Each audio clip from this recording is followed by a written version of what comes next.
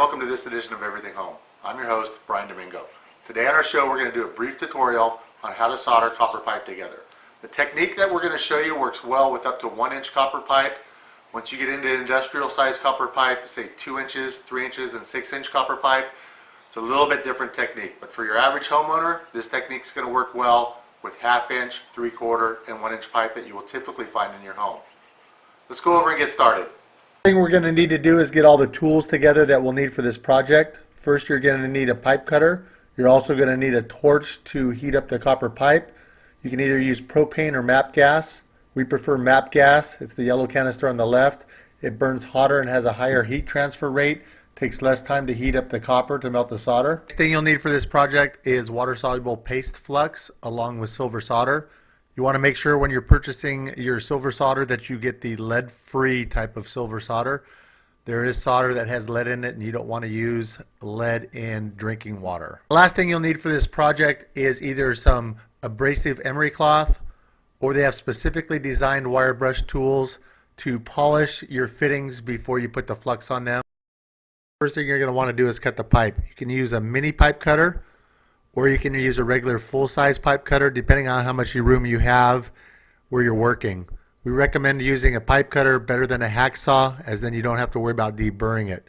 You're going to want to put the pipe cutter on it, tighten it snug, and every time you spin it around, tighten it up another 1/4 turn.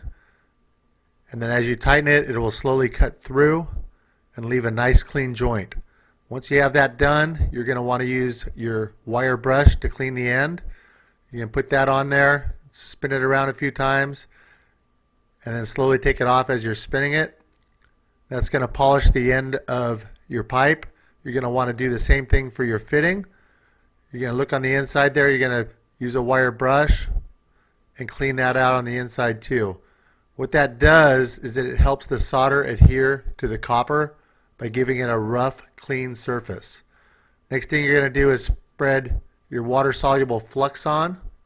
You're going to put that on the pipe, and you're also going to put that on your fitting. And once you get flux on both sides, you're going to want to slide the pipe into the fitting. You can use a little turn to it, and that helps get an even flow of flux.